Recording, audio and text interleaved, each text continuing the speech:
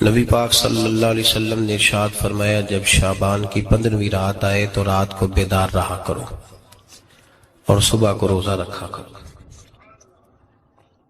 تو جب حضور نے کہہ دیا بیدار رہو تو پھر کسی کو سونا نہیں چاہیے، بیدار رہنا چاہیے۔ اور بیداری کا مطلب یہ نہیں کہ وہ آدمی بس جاگتا رہے، اس کا مطلب یہ ہے کہ وہ اللہ اللہ کرے، درود پاک پڑھے، عبادت کرے، تلاوت کرے، ذکر فکر میں رہے۔ کچھ باتیں اس مقصد کے لیے کہ اس رات اللہ پاک نے اپنی رحمت کے دروازے کھولے ہیں، تو کچھ ایسی بات کی جائے جس سے دل نرم ہو جائے۔ دوستو، قرآن مجید کی 2 آیات میں نے پڑھی ہیں۔ اللہ کریم نے فرمایا، یا ایھا الذین آمنوا اتقوا اللہ حق تقاتہ، اے ایمان والو اللہ سے ڈرو اور اتنا ڈرو جتنا ڈرنے کا حق ہے۔ ڈرو اللہ پاک سے، اور جس طرح تم کسی سے ڈرتے ہو، ڈرنے کا حق ہوتا ہے، وہ حق ادا کرنے کی کوشش کرو۔ ہم میں سے بہت سارے لوگ ڈرتے ہیں کچھ لوگوں سے، اور جب وہ ڈر رہے ہوتے ہیں تو انہیں احساس ہوتا ہے۔ اللہ پاک نے ہمارا وہ احساس خود بیان کر دیا ہے۔ فرمایا، جب تم کسی سے ڈرتے ہو تو تمہیں اس کا احساس ہوتا ہے کہ تم کتنا ڈرتے ہو، تو پھر تم کوشش کرتے ہو کہ تم وہ کام نہ کرو جس سے وہ بگڑ جائے گا، ناراض ہو جائے گا۔ جو لوگ قانون سے ڈرتے ہیں وہ اشارہ نہیں توڑتے، کچھ بھی ہو جائے اشارہ نہیں توڑتے۔ انہیں پتہ ہے کہ یہاں اشارہ توڑیں گے تو الجھ جائیں گے، اور جہاں انہیں فکر نہ ہو کہ کوئی پوچھنے والا نہیں، وہاں ہم نے دیکھا ہے کہ لوگ اشارہ توڑ دیتے ہیں۔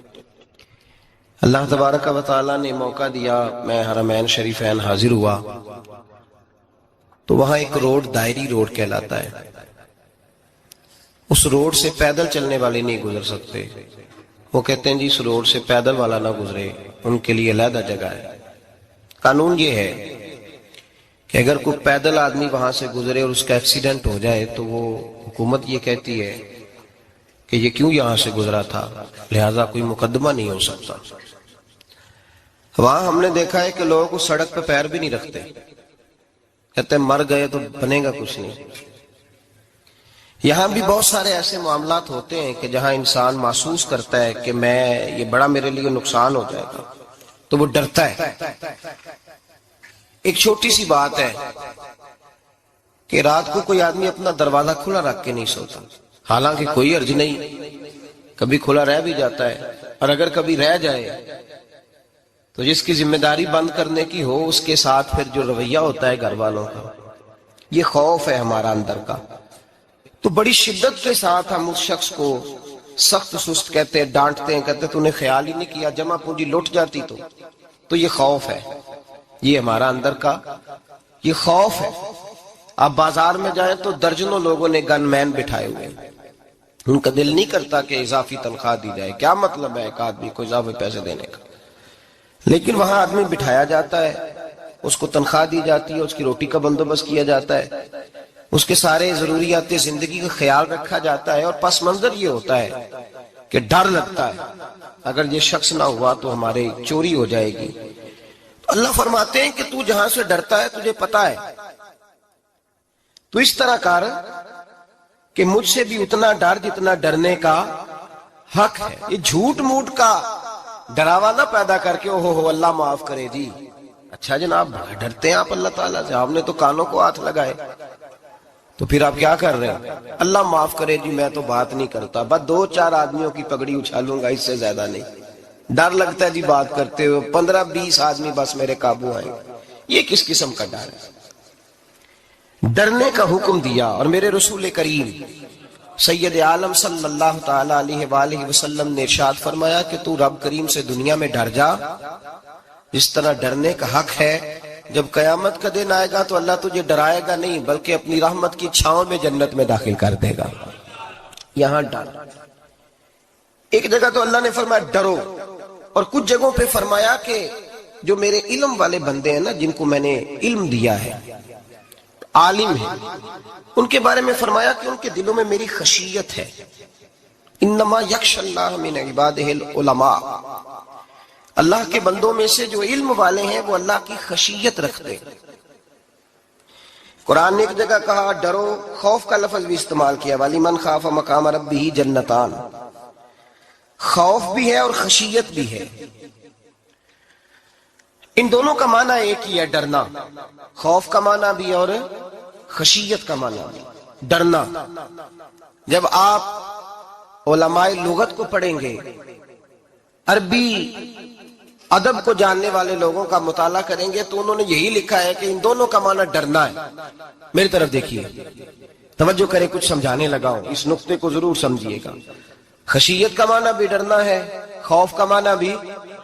لیکن جب صوفیاء کے پاس جائیں نا، صوفیاء جو قرآن و سنت کی روح کی تفسیر کرنے والے ہیں، تو وہ کہتے ہیں نہیں، خشیت اور خوف میں فرق ہے، خوف اور ہوتا ہے، خشیت صوفیاء اس کی تفسیر اور کرتے ہیں۔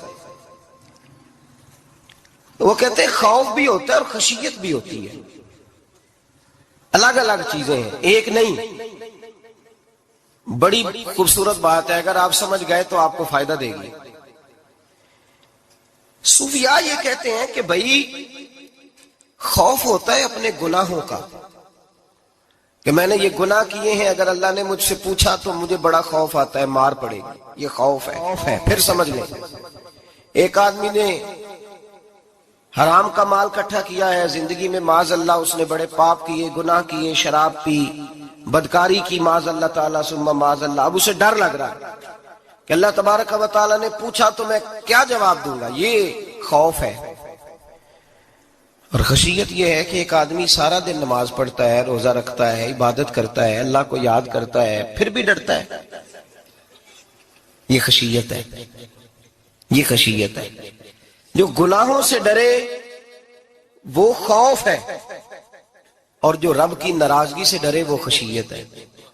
جو کہے یار میرا رب کہیں ناراض نہ ہو جائے، میرا رب کہیں مجھ سے۔ بڑی خوبصورت مثال دی، میں نے اپنے صاحب سے پوچھا کہ حضور یہ مسئلہ کیا ہے، تو فرمانے لگے ایک بادشاہ نے ایک غریب کی بیٹی اسے پسند آ گئی تھی، تو اس نے عزت کے ساتھ اس سے شادی کر لی، رشتہ بھیج کے وقار کے ساتھ۔ بیٹی کا باپ اپنی بیٹی کے مقدر پر رشک کرنے لگا کہ میری بیٹی کو بادشاہ نے پسند کیا ہے، بادشاہ کے شہزادے نے رشتہ بھیج دیا ہے۔ شہزادہ بیاہ کے لے گیا بیٹی کو، 20 کنیزائیں، نوکرانیاں اس عورت کی خدمت کرنے پہ لگی ہوئی ہیں، توجہ ہے، اس کا ہر حکم ماننے کو تیار ہے۔ لیکن وہ بی بی سویرے بھی رو پڑتی ہے اور شام کو بھی رو پڑتی ہے، روتی رہتی ہے۔ اس سے کسی نے پوچھ لیا کہ بی بی تو روتی کیوں ہے، 20 کنیزائیں ہیں، گھر میں سکون ہے، ہر شے ہے، تو روتی کیوں ہے؟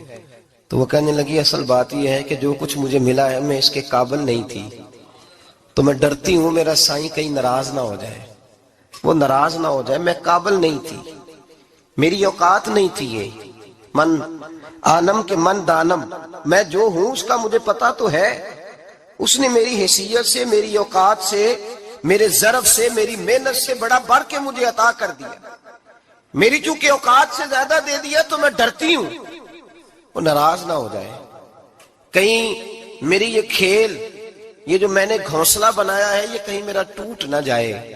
میرے بھائی، میرے رسول کریم سید عالم صلی اللہ علیہ وسلم کے امت کے اولیاء، صلحاء، صوفیاء، اتقیاء، صحابہ، اہل بیت، یہ لوگ جب روتے تھے تو یہ کوئی اس لیے نہیں روتے تھے کہ یہ آج دوپہر کو چینی میں ملاوٹ کر کے آئے ہیں تو اس لیے رو رہے ہیں رات کو، اس لیے نہیں روتے تھے کہ آج انہوں نے جو شکر بیچی ہے اس شکر کے اندر بورا ملایا ہوا تھا، اس لیے نہیں رو رہے کہ آج 10 15 20 لاکھ رشوت کا مال بینک میں جمع کر، اس لیے تھوڑی روتے تھے، یہ تو اس لیے روتے تھے کہ اللہ تو نے بڑا کچھ عطا کیا ہے، کہیں ہم سے ناراض نہ ہو جانا۔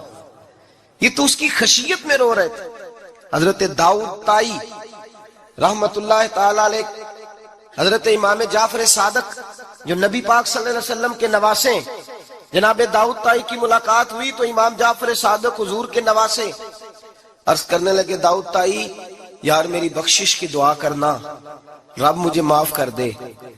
تو حضرت داؤد طائی رحمت اللہ علیہ فرمان لگے امام صاحب آپ حضور کے نواسے ہیں، میں نے دعا کرنی ہے کہ آپ نے میرے لیے کرنی ہے؟ تو حضرت امام جعفر صادق رو پڑے، کہنے لگے یار تو نہیں کرنی ہے، اور اسی لیے تو تجھ سے دعا کرا رہا ہوں کہ کہیں ایسا نہ ہو نانا مصطفیٰ کی بارگاہ میں جاؤں تو وہ مجھے کہیں کہ میں کس طرح کا تھا تو کس طرح کا بن کے آیا ہے۔ یہی تو دعا کرانی ہے کہ میرے لیے دعا کر۔ جو جتنا بڑا ہوتا تھا نا اتنی زیادہ خشیت ہوتی، اور گناہگار کے تو اللہ تبارک و تعالیٰ بعضوں کا سزا دیتا ہے، آنسو سلب ہو جاتے، اس کو تو اپنے گناہوں پہ رونا ہی نہیں آتا، وہ تو روتا ہے بچہ نہ ہو تب روتا ہے، وہ تو روتا ہے پیسے نہ ہو تب روتا ہے، وہ تو اس وقت روتا ہے جب اس کا مال چلا جائے، اس کو تو بعضوں کا گناہگار کو تو بعضوں کا سزا ملتی، اللہ فرماتے تو دنیا کے لیے روئے گا، میرے لیے نہیں رو سکتا۔ اور جو رب کریم کے بندے ہوتے ہیں انہیں اللہ کہتا ہے تو دنیا سے بے نیاز ہے، تیری آنکھ سے آنسو جب بھی ٹپکے یا میرے لیے ٹپکنا چاہیے یا محمد مصطفیٰ کے لیے ٹپکنا چاہیے۔ آپ اگر اس بات کو تھوڑا سا غور کے ساتھ سمجھے تو تمام اولیاء صلحات کیا یہ رو رہے ہیں، تڑپ رہے ہیں، کیا اس کی وجہ تھی؟ نمازیں کم رہ گئی تھی، روزوں میں کمی تھی، فرائض ادا نہیں کرتے تھے کہ رویا کرتے تھے؟ کیوں روتے تھے؟ حضرت سیدنا عمر فاروق رضی اللہ تعالیٰ عنہ کے بارے میں صحابہ کہتے ہیں جناب عمر فاروق جب نماز پڑھاتے اتنا رویا کرتے تھے کہ 7ویں صف تک ان کے رونے کی آواز جایا کرتی، 7ویں صف تک ان کے رونے کی آواز جاتی۔ ہم لوگ بن کے بیٹھ گئے ہیں، ہم لوگ بن کے بیٹھ گئے، ہم یہ سمجھتے نہیں کہ ہماری حیثیت کیا تھی اور رب کریم نے ہمیں نوازا کیا ہے۔ آپ پڑھیے کتابیں، میرے رسول پاک صلی اللہ علیہ وسلم فرماتے ہیں میرا عمر جس گلی سے گزرے شیطان رستہ بدل جاتا ہے۔ نبی پاک فرماتے ہیں میرا عمر جب تک دنیا میں رہے گا دوزخ کو تالا لگا رہے گا۔ اس صاحب عزد الغابہ نے لکھا ہے نبی پاک صلی اللہ علیہ وسلم نے حضرت جبریل امین کو بلایا، فرمایا چل میرے عمر کی شان بیان کر۔ تو حضرت جبریل امین علیہ السلام عرض کرنے لگے یا رسول اللہ صلی اللہ علیہ وسلم 950 سال اگر اللہ مجھے عمر دے، 950 سال رب عمر دے اور پھر بھی میں عمر فاروق کے فضائل بیان کروں تو میں نہیں کر سکتا، عمر کی شان میں نہیں بیان کر سکتا، 950 سال بھی اگر میری عمر ہو۔ نبی پاک نے فرمایا پھر میرے ابو بکر کے بارے میں، عرض کی یا رسول اللہ ابو بکر کی تو بات اس سے بہت آگے کی ہے نا، وہ نبی پاک کتنی عظمت بیان کر رہے ہیں، کس قدر زیادہ رسول کریم صلی اللہ تعالی علیہ وآلہ وسلم ان کی عظمت بیان کرتے ہیں۔ حضرت عمر کیا کہتے ہیں، وہ لوگوں کو بتاتے پھرتے ہیں کہ تم نے دیکھا ہے نا میری کتنی عظمت ہے، وہ یہ نہیں کہتے، حضور فرماتے ہیں عمر کی بڑی شان بڑی شان بڑی شان۔ اور عمر کے پاس جب بھی کوئی جاتا ہے کہتے ہیں عمر آپ کا کیا مقام ہے، تو عمر فرماتے ہیں میں تو اونٹ چرانے والے کا بیٹا ہوں، میں تو اونٹ چرانے والے کا بیٹا ہوں، میں تو اونٹ چرایا کرتا تھا، میں تو 10 اونٹ نہیں سنبھال سکتا۔ حضرت فاروق اعظم رضی اللہ تعالیٰ عنہ سے کوئی پوچھتے جناب عمر آپ کا کیا حال ہے، تو آپ فرماتے یہ تو میرے مقدر ہے کہ میری بہن نے قرآن سنایا تو میں در رسول تک پہنچ گیا، ورنہ مجھے پوچھنے والا کوئی نہ ہوتا۔ کبھی جناب علی المرتضیٰ کا بازو پکڑ کے کہتے ہیں علی تو نہ ہوتا تو عمر ہلاک ہو جاتا۔ بھائی حضور شانیں بیان کرتے ہیں، نبی پاک کہتے ہیں میرے ابو بکر نے احسانات کیے، بڑے احسانات کیے، میں نے سب کا بدلہ چکا دیا، ابو بکر کا نہیں چکایا، اللہ کی بارگاہ میں عرض کروں گا یا اللہ تو ہی اسے بدلے دے۔ اور جناب ابو بکر صدیق سے کوئی پوچھتا ہے ابو بکر آپ کا کیا حال ہے، تو ابو بکر صدیق فرماتے ہیں مجھ سے میرے اندر کا عالم نہ پوچھو، اگر قیامت کے دن اعلان ہوا نا کہ سارے لوگ بخشے گئے ایک باقی بچا ہے تو مجھے ڈر لگتا ہے اکیلا ابو بکر ہی بچ جائے گا جو نہیں بخشا جائے گا، مجھے ڈر آتا ہے۔ او بھائی پن کے بیٹھ گئے لوگ، لوگوں کو پوچھ کر کے دیکھیں، کہتے ہیں کیا پاپ کیا ہے، کیا ہو گیا ہے؟ خشیت سے کانپتی ہوئی روحیں، تڑپتے ہوئے میرے رسول پاک کے غلام، اولیاء اللہ صوفیاء کرام کے رونگٹے کھڑے ہیں رب کریم کے خوف سے، جو جتنا مالک کو جانتا ہے اتنا کانپ رہا ہے، اتنا ڈر رہا ہے، جس کی آنکھوں سے آنسو خشک ہے، مطلب یہ ہے یہ رب کو جانتا ہی نہیں، اسے کیا خبر اس کا جلال کتنا ہے، اسے کیا خبر اس کا عذاب کتنا ہے، تو کیا جانے ان بطش ربک لشدید، جب وہ پکڑتا ہے تو بڑا سخت پکڑتا ہے۔ حضرت عثمان غنی کو 3 دفعہ میرے نبی پاک نے فرمایا جنتی ہے، جنتی ہے، العثمان فی الجنہ، العثمان فی الجنہ، العثمان فی الجنہ، 3 دفعہ حضور نے جنت کی بشارت دی۔ میرے مصطفیٰ کریم نے فرمایا میرا عثمان گلی سے گزرے تو فرشتے بھی اس کی حیا کرتے ہیں۔ جناب عثمان غنی جن کو میرے نبی نے 2 بیٹیاں دے کے کہا عثمان میری 100 بیٹی بھی ہوتی، ایک کے بعد دوسری انتقال کرتی جاتی تو میں ساری تیرے نکاح میں دے دیتا۔ وہی حضرت عثمان غنی قبر پہ کھڑے ہیں حضور کے وصال کے بعد، ایک قبر پہ کھڑے، آنکھوں سے آنسو جاری ہے، داڑھی ساری آنسوؤں سے بھر گئی ہے، روتے ہی جاتے ہیں، روتے ہی جاتے ہیں۔ غلام کہتا عثمان یار رونا ہمیں چاہیے، رونا ہمیں چاہیے، جن کو کوئی بشارت نہیں اور آپ کو تو 3 بشارتیں، روتے کیوں ہو؟ جناب عثمان غنی فرمانے لگے جس مصطفیٰ نے مجھے جنت کی بشارت دی اسی رسول نے فرمایا تھا قبر آخرت کی منزلوں میں سے پہلی منزل ہے، آخرت کی منزلوں میں سے پہلی منزل۔ سوچتا ہوں اگر رب کریم نے عثمان سے حساب پوچھ لیا، حساب کیسے دینا ہے؟ میرے مصطفیٰ کریم نے، یہ تو بات ہے نا جناب عمر کی، یہ تو بات ہے حضرت عمر کی، حضرت ابو بکر کی، جناب عثمان غنی کی۔ اور جس شیر خدا کے بارے میں نبی پاک نے فرمایا علی منی وانا من علی، فرمایا علی اور میں دو نہیں، میں علی ہوں اور علی میں ہے۔ جن کو فرمایا من کنت مولا ہوں وہذا علی مولا، جس کا میں مولا اس کا علی بھی، اس کا علی بھی، جس مولا علی شیر خدا کو یہ درجہ دیا۔ ولی المرتضی اٹھے ہیں، نماز کا وضو کیا ہے، مصلی کی جانب جانے لگے تو جناب علی کا وجود تھر تھر کانپنے لگا، تھر تھر، چھم چھم آنسو برسنے لگے۔ حضرت سیدنا امام حسن آگے بڑھے، ابا جی کیا ہوا؟ فرمایا حسن ڈر رہا ہوں، مالک کی بارگاہ میں جا رہا ہوں، کہیں رب علی کو دھتکار ہی نہ دے، کہیں مالک علی سے حساب ہی نہ پوچھ لے، کہیں اللہ تبارک و تعالیٰ ناراضگی کی نظر سے نہ دیکھے۔ او بھائی ہم لوگ اتنے دلیر، اتنے تگڑے، اتنے سیاہ، اتنے عقل مند، اتنے گناہوں کے پیچھے پہاڑ ہیں، لیکن مجال ہے کوئی ایک قطرہ وہ آنسو جو ہم نے سنبھال کے رکھے ہیں دنیا داری پہ بہانے کے لیے۔ کبھی اپنا حساب کر، کبھی سوچ۔ روز شکوہ کرتا ہے، کہتا ہے میرے پاس پیسے نہیں، گاڑی نہیں، کار نہیں، کوٹھی نہیں، سرمایہ نہیں۔ کبھی سوچ جو کچھ ہے اگر رب کریم میرے اور آپ کے اعمال دیکھے تو ہماری حیثیت ہے کہ وہ سارا کچھ ہمیں دیا جاتا، ہماری اوقات تھی کہ وہ ہمیں دیا جاتا جو اس نے دیا ہے۔ ٹٹول کے دیکھیں، عمر گزر گئی شکوے کرتے، ذرا پلٹ کے دیکھیں اگر ہمارے گناہ اور ہماری نیکیاں اکٹھی کی جائیں تو ہم جزا والے نہیں سزا والے نکلتے ہیں معاذ اللہ۔ محمود غزنوی بڑا پیار کرتے تھے ایاز کے ساتھ، بڑا پیار کرتے تھے، نوازا کرتے تھے، روز کوئی نہ کوئی تحفہ ملتا تھا ایاز کو۔ کچھ حسد کرنے والوں نے کہا محمود تو اسے تحفے دیتا ہے اور یہ جنگل میں اسلحہ اکٹھا کر رہا ہے، یہ تیرے خلاف علیحدہ سے فوج تیار کر رہا ہے، کچھ وقت آئے گا یہ تجھے چھوڑ کے علیحدہ سے بادشاہی کا دعویٰ کر دے گا۔ محمود غزنوی کہنے لگے یہ کس طرح کی بات؟ کہا تمہیں پتہ ہے کہ ایاز عصر سے لے کر عشاء تک کہاں رہتا ہے؟ محمود کہنے لگے یار واقعی میں نے کبھی پوچھا تو نہیں، شک کا بیج بو دیا، شک کا بیج بو دیا۔ محمود غزنوی کہنے لگے اچھا آج میں پیچھا کروں گا، تفتیش کروں گا، تحقیق کروں گا کہاں جاتا ہے، تحقیق کروں گا۔ محمود غزنوی نکلے پیچھا کرنے۔ عصر کے بعد ایاز نے جنگل کا رخ کیا، محمود بھی پیچھے پیچھے ہو لیے۔ کہتے ہیں جنگل کے بیچ جا کے ایک جھونپڑی آئی، اس جھونپڑی کے اندر ایاز گئے، دروازہ کھولا اندر چلے گئے۔ مجھے بڑا غصہ تھا کہ ہر بات مجھے بتاتا ہے، یہ کیوں نہیں بتائی؟ جب ایاز اندر گئے تو میں نے زور زور سے دروازہ کھٹکھٹایا غصے کے ساتھ۔ ایاز نے دروازہ کھولا، باہر آئے، میں نے کہا پیچھے ہٹ۔ ایاز پیچھے ہٹے تو میں اندر چلا گیا۔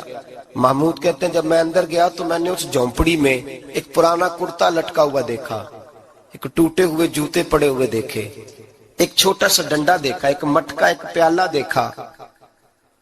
میں نے ساری تلاشی لی تو چند ٹوٹی پھوٹی پرانی چیزیں۔ میں نے کہا یاز یہ کیا ہے؟ تو کہتے ہیں یاز کہنے لگا بادشاہ ٹٹول کے دیکھ لے، یہی کچھ ہے جو تو نے دیکھا۔ میں نے کہا یہ ہے کیا؟ کہتے ہیں یاز پیروں میں بیٹھ گیا، تڑپ کے رونے لگا، کہنے لگا بادشاہ یہ میری اوقات ہے، یہ میری اوقات ہے، یہ میری اوقات ہے، یہ میری اوقات ہے۔ کہا کیا مطلب؟ کہنے لگا جس دن تیرے پاس آیا تھا نا تو یہ میری کائنات تھی کل، آج تیری مہربانیوں نے مجھے یہاں تک پہنچا دیا ہے۔ میں جو تیرا غدار نہیں نہ ہوتا، میں جو تیری نافرمانی نہیں کرتا، اس لیے نہیں کرتا کہ میں ہر شام آ کے اپنی اوقات یاد کرتا ہوں، اور پھر مجھے روز رات کو میرا نفس کہتا ہے اس کا وفادار رہنا، اس کا وفادار رہنا. تو اس حال میں تھا جب آیا تھا، اگر یہ بگڑ گیا تو پھر تجھے اپنی اوقات کا پتہ ہے نا.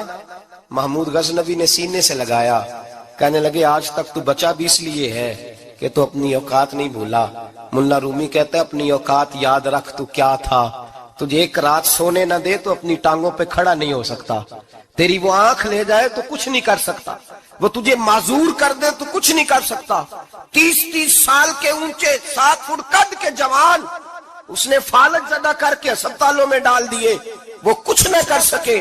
بڑے بڑے پہلوان جو کہتے تھے کہ ہم اٹھے تو دنیا اٹھتی ہے، اس نے پھینک دیے من و مٹی کے نیچے، کچھ نہ کر سکے. اپنی حیثیت نہ بھول. میرے رسول کریم سید عالم صلی اللہ علیہ وسلم نے فرمایا 2 باتوں میں لوگ دھوکے میں ہیں، دھوکے میں ہیں، دھوکے میں ہیں، دھوکے میں. یا رسول اللہ کون سی؟ فرمایا جو صحت مند ہے وہ دھوکے میں ہے. وہ سمجھتا میں کبھی بیمار ہی نہیں ہوں گا، مجھے روز اسی طرح نیند آئے گی جس طرح اب آتی ہے، میں روز اسی طرح اٹھوں گا جیسے اب اٹھتا ہوں، میں جتنا ہی لمبا چوڑا رہوں گا جس طرح آج ہوں، میرا حسن اسی طرح قائم رہے گا جیسے آج ہے. تو دھوکے میں ہے، دھوکے میں. بڑے بڑے آئے اور بڑے بڑے مٹی کا ڈھیر ہو گئے، فنا ہو گئے. کل من علیہ فان، فنا ہو گئے، کوئی پوچھنے والا نہ رہا.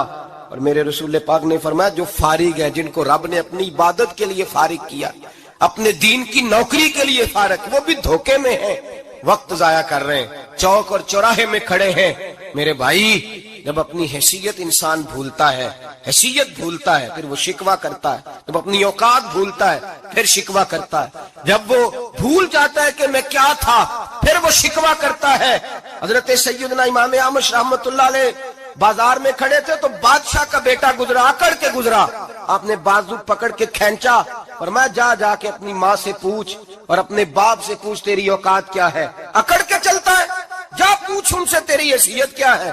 حضرت جناب سیدنا امام احمد نے ڈانٹا تو واپس آیا، آگے کہنے لگا ابا وہ امام کیا کہتا تھا کہ میری اوقات کیا ہے، کیا اوقات ہے میری. تو باپ اور ماں دونوں گھورنے لگے، کہنے لگے بیٹے ہمارے پاس دولت بھی تھی، گھر بھی تھا، مکان بھی تھا، جائیدادیں بھی تھی، بادشاہت بھی تھی، پر ہم دنیا کے دروازوں سے بھیک مانگ مانگ کے تھک گئے تھے. عرش کا مالک ایک بیٹا عطا نہیں کرتا تھا، ایک بیٹی نہیں دیتا تھا. تڑپ گئے تھے، روتے تھے، سسکتے تھے. پھر وہی امام احمد جنہوں نے آج تجھے گلی میں کھڑا کیا ہے اس کے دروازے پہ جا کے بیٹھ گئے. ہم نے کہا رب ناراض ہو گیا، دعا کرو ہم سے راضی ہو جائے، چلو زیادہ نہیں 1 لال ہی ہمیں دے دے. کہ امام احمد دعائیں کیا کرتے تھے تو تب اللہ پاک نے تو ہمیں عطا کیا تھا. تیری او بھائی اپنی حیثیت کا تو تعین کر. تو بڑھ بڑھ کے باتیں کرتا ہے، تو بڑا کھل کھل کے بولتا ہے. اپنی حیثیت کا تو تعین کرنا، ذرا اندازہ تو کرنا کہ تو کون تھا، کہاں سے آیا ہے، تیری اوقات کیا ہے. صلی اللہ تعالی علیہ وسلم نے فرمایا شعبان میرا مہینہ ہے، رمضان میرے رب کا مہینہ ہے. اتنی برکتوں والا مہینہ، اتنی شانوں والا مہینہ. آپ نے کچھ باتوں کا بڑا ہی خیال رکھنا. ایک تو آپ نے کوشش کرنی ہے نمازیں ذوق کے ساتھ پڑھی جائیں. آپ نے مسجد کے ساتھ دلچسپی پیدا کرنی ہے.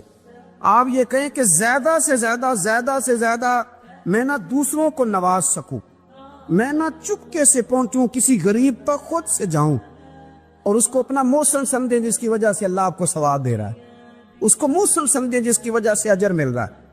احساس ہم نے بہت زیادہ پیدا کرنا ہے. ہم نے دیکھنا ہے کہ میں کس جگہ میری ضرورت ہے، میں کس طرح کر کے کام آ سکتا ہوں، وہاں اپنی خدمات کو پیش کرنا ہے. میرے رسول پاک علیہ السلام نے فرمایا کہ جب رب نہ مانے تو پھر وہ کمزوروں کے صدقے مان جاتا ہے، پھر وہ ضعیفوں کے صدقے مان جاتا ہے. فرمایا اللہ تم سے بارشیں روکنا چاہتا ہے پر تمہارے ضعیفوں، کمزوروں، غریبوں کے صدقے، مجبوروں کے صدقے وہ تم پر بارشیں برساتا ہے. حضور فرماتا ہے رب اشغاظ اغبر لو اقسم علی اللہ لا برا. کچھ ایسے لوگ ہوتے ہیں کہ ان کے بالوں میں خاک پڑی ہوتی ہے، چہروں پہ مٹی الجھے ہوئے ہوتے ہیں، لیکن اگر وہ اللہ پہ قسم کھا لیں تو اللہ ان کی قسم بھی پوری کر دیتا ہے، قسم بھی.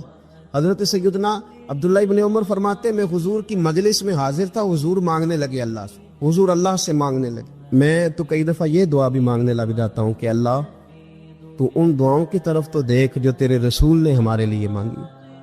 اللہ تو ہمیں تو نہیں نہ مانگنا آتا، نہیں طریقہ آتا، نہیں سلیقہ آتا، نہیں انداز آتا. ہم تو بے توجہ سے لوگ ہیں, بیٹھنے کا ڈھب نہیں آتا ہمیں تو ہاتھ اٹھانے کا سلیقہ نہیں آتا, ہم تو وضو کرنے کے اس طریقے سے آشنا نہیں پائے. اللہ تیرے محبوب نے تو خوب مانگا ہے نا تجھ سے, تیرے پیارے حبیب علیہ السلام نے تو تجھے منایا ہے نا ہمارے حق میں, تو اللہ تو ان دعاؤں کی طرف تو دیکھ. حضرت عبداللہ ابن عمر رضی اللہ تعالیٰ عنہ فرماتے میں حضور کی مجلس مبارکہ میں بیٹھا تھا, ابو داؤد شریف میں موجود ہے, کہتے حضور دعا مانگ رہے تھے. دعا کیا تھی؟ دعا حضور یہ مانگ رہے تھے, رب اغفر لی, یا اللہ ہمیں بخش دے, وتب علیہ, اللہ ہماری توبہ قبول فرما, انک انت التواب الرحیم, بے شک تو توبہ قبول کرنے والا اور رحم کرنے والا. حضور دعا مانگ رہے تھے, اے اللہ رب اغفر لی, یا اللہ ہمیں بخش دے, وتب علیہ, اور ہماری توبہ قبول فرما, انک انت التواب الرحیم, بے شک تو توبہ قبول کرنے والا اور رحم کرنے والا. حضرت عبداللہ ابن عمر فرماتے اس ایک دعا کو ایک ہی مجلس میں ایک ہی جگہ بیٹھ کر میرے نبی پاک نے اپنی زبان اطہر سے 100 مرتبہ ادا فرمایا. 100 مرتبہ حضور نے یہ لفظ کہے, رب اغفر لی وتب علیہ, رب اغفر لی وتب علیہ, رب اغفر لی, اے اللہ بخش دے, رحم فرما, وتب علیہ, بس قبول کر لے نا اب ہماری توبہ, انک انت التواب الرحیم, بے شک تو توبہ قبول کر لیا کرتا ہے, تو رحم فرمایا کرتا ہے. ایک ہی مجلس میں 100 دفعہ حضور نے دعا مانگی, دعا مانگ کے پھر دعا مانگی, اور دعا مانگ کے پھر دعا مانگی. اللہ کو منایا میرے رسول پاک, حضور نے ہمیں بتلایا اسے مناؤ, اس کی بارگاہ عالی مرتبت میں جھکو, اور حضور نے خود بھی یہ طریقہ ہمارے سامنے بطور سنت کے چھوڑا, اور پھر نبی پاک صلی اللہ علیہ وسلم نے آگے بڑھ کے ہمیں کچھ اور باتیں بھی ارشاد فرمائی. حضور نے ہمیں بتلایا کہ پچھلے لوگ اپنے رب کو کیسے مناتے تھے, وہ کس طرح اس کے حضور ناز عرض کرتے تھے. حضور نے ہمیں اللہ کو منانے کے طریقے بھی بتلائے, فرمایا جب ماں باپ دعا مانگیں گے اولاد کے حق میں تو وہ مان جائے گا.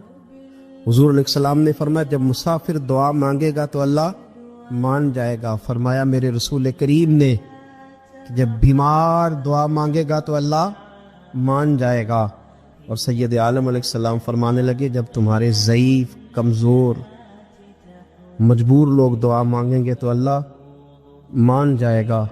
اور حضور نے فرمایا جب تم فرض ادا کر کے دعا مانگو گے تو اللہ مان جائے گا. اور میرے محبوب نے فرمایا جب پچھلی رات اٹھ کے تم اس کے حضور عرض کرو گے تو وہ تمہاری دعاؤں کو قبول کر لے گا, وہ تمہیں مان جائے گا. اور حضور نے ہمیں دن بتائے, فرمایا جمعے والے دن مانگنا مان جائے گا, شب قدر کو مانگ لینا مان جائے گا, شب برات میں دعائیں کرنا وہ مان جائے گا, رمضان کی راتوں میں مانگنا مان جائے گا, قرآن پاک کے ختم کے موقع پر دعا کرنا مان جائے گا. طریقے بتلائے.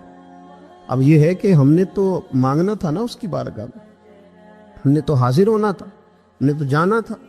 اب ہم نے آگے بڑھنا ہے, اس کے حضور عرض کرنا ہے. حضور نے ہمیں بتلایا, ہمارے پیارے رسول صلی اللہ تعالی علیہ وسلم نے بتلائی کہ جب انسان بہت زیادہ عاجزی کرتا ہے نا, بہت زیادہ عاجزی, تو پھر بھی اللہ مان جاتا ہے. جب وہ اس کے حضور بہت عجز کا اظہار کرتا ہے, بہت زیادہ عجز کا اظہار کرتا ہے, وہ ڈر جاتا ہے اس سے. وَلِمَنْ خَافَ مَقَامَ رَبِّهِ جَنَّتَانِ, فرمایا جو میرے سامنے کھڑے ہونے سے ڈرے گا میں اسے 2 جنتیں عطا کروں. نبی پاک صلی اللہ علیہ وسلم نے فرمایا, حضرت ابو ہریرہ رضی اللہ تعالیٰ عنہ راوی ہے, حضور فرماتے ایک شخص مرنے لگا تو اپنے بچوں سے کہنے لگا کہ میں جب مر جاؤں تو مجھے جلا دینا, اور پھر میرے جلے ہوئے وجود کو پیس دینا, پھر مجھے ہوا میں اڑا دینا. پتر مجھے اڑا دینا, مجھے بڑا ڈر لگتا ہے, اگر رب نے مجھ سے حساب پوچھا تو میں قابل نہیں ہوں, اڑا دینا مجھے ہواؤں میں. اگر اس نے مجھ سے عذاب لیا تو حساب لیا تو بڑا سخت حساب لے گا. حضور فرماتے ہیں, بخاری میں موجود ہے, اس کے بچوں نے اسی طرح کیا. اس کے مرنے کے بعد اسے جلایا, ہوا میں اڑا دیا. اللہ کے محبوب فرماتے ہیں رب کریم نے حکم دیا زمین کو کہ اس کے ذرات کو جمع کرو. زمین نے ذرے جمع کیے, خدا نے حکم دیا تو اس کا وجود پھر سے اسی شکل میں آیا. تو رب کریم نے فرمایا یہ جو تو نے وصیت کی تو کیوں کی؟ اللہ جانتا ہے کہ نہیں جانتا؟ یہ کی تو کیوں کی؟ تو رو پڑا, کہنے لگا اللہ میرے اندر تو طاقت نہیں تھی تیرے سامنے کھڑا ہو کے حساب دے سکوں, تجھے منانے کے لیے تیرے خوف سے ڈر گیا, میں ڈر گیا. اگرچہ ہمارے بزرگوں نے لکھا ہے کہ آج یہ وصیت کرنا اس رنگ میں یہ طرز اختیار کرنا درست نہیں، لیکن آپ غور فرمائیے کہ نبی پاک علیہ السلام فرماتے ہیں جب اس نے کہا اللہ تجھ سے ڈر کے یہ کیا